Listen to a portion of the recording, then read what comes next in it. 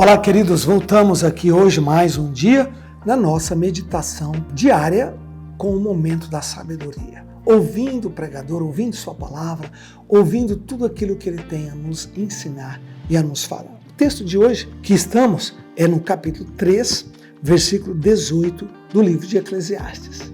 E o capítulo 3 é o capítulo das estações da vida. Cada capítulo de Eclesiastes tem um subtítulo. Parece que tem um subtítulo. Isso é uma percepção minha, não está escrito isso. Eu consigo ler isso pelo sotaque do capítulo. E aqui no capítulo 3 é o capítulo que ele constata as estações da vida. E ele fala aqui no versículo 18. Disse ainda comigo, é por causa dos filhos dos homens, para que Deus os prove e eles vejam que, como em si mesmo, são como os animais. Que coisa triste. Por que ele está falando isso?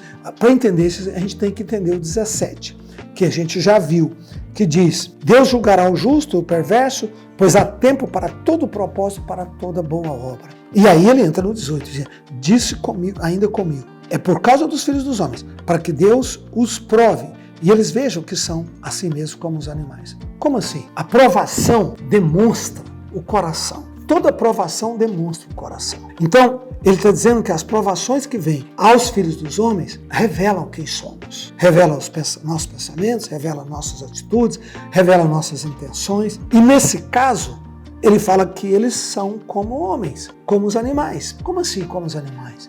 O homem é racional, o homem tem inteligência. Sim, mas age como ser irracional. É olho por olho, dente por dente, é grito de lá, dois gritos de cá, é uma reação violentíssima, sempre é assim, né?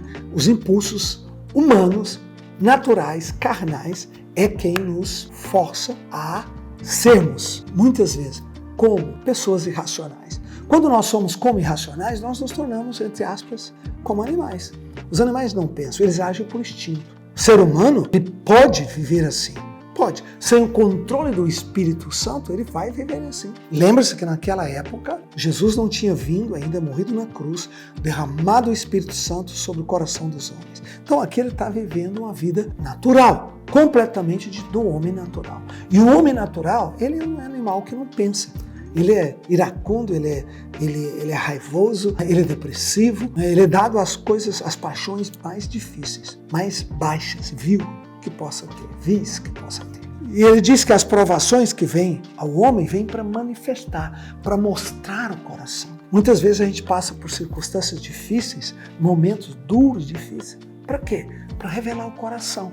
Para que tudo que está dentro de nós possa de alguma maneira sair para nós mesmos, para que a gente mesmo veja e busque a Deus e clame e nos humilhe muitas vezes, né? Porque quer uma coisa que te humilhe mais do que quando você fala, eu não queria agir assim, eu não queria responder assim, nossa, eu não pude, meu Deus, foi ruim, foi mal.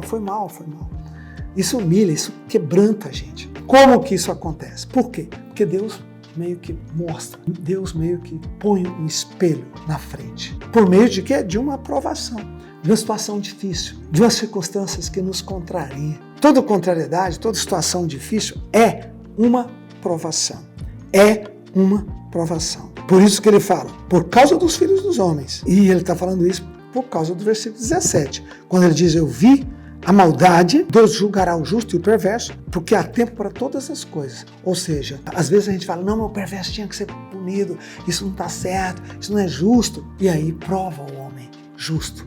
Aí prova o coração da pessoa. Porque você fica tão indignado que muitos até perdem a fé, muitos até desanimam, muitos deixam a igreja, muitos rompem casamentos por posições precipitadas, porque não viu, não encontrou aquilo que ele achou que seria justo, achou que seria certo. Calma, confie em Deus. Todas as provações, de alguma maneira, vêm como espelho na nossa frente, para nos mostrar como somos, quem somos, para que nós possamos nos humilharmos, orarmos e nos tornarmos pessoas melhores na dependência do Pai, do nosso Deus. Amém? Vamos orar? Vamos pedir a bênção do Senhor? Se possível, fecha os olhos, põe a mão no coração. Graças te damos pela tua palavra, pela tua presença, que o teu Espírito nos guarde, proteja cada um de nós, Pai, para que nós possamos entender, Senhor, as provações e sermos pessoas melhores, sermos pessoas mais maduras, não reagimos de uma forma irracional. Não, Senhor, que nós possamos reagir de forma espiritual e não humana, e não de uma maneira iracunda ou irracional. Perdoa todos os pecados, ajuda cada uma das pessoas que lutam com temperamentos tão difíceis. Guarda e protege, cura os que estão doentes, liberta os que estão debaixo de um câncer, lutando para vencer tumor, cisto, mioma, problemas cardíacos, problemas respiratórios, pulmonares, gástricos, hepáticos e urinários. Toca com teu poder, em nome de Jesus é o que eu te peço. Amém. Se você apreciou o conteúdo, curta esse vídeo. Compartilhe, envie para as pessoas que você sabe que precisam dessa palavra, dessa oração. Filhos, amigos, parentes, discípulos, companheiros, enfim. Conto com você para evangelizar. Deus abençoe. Até mais.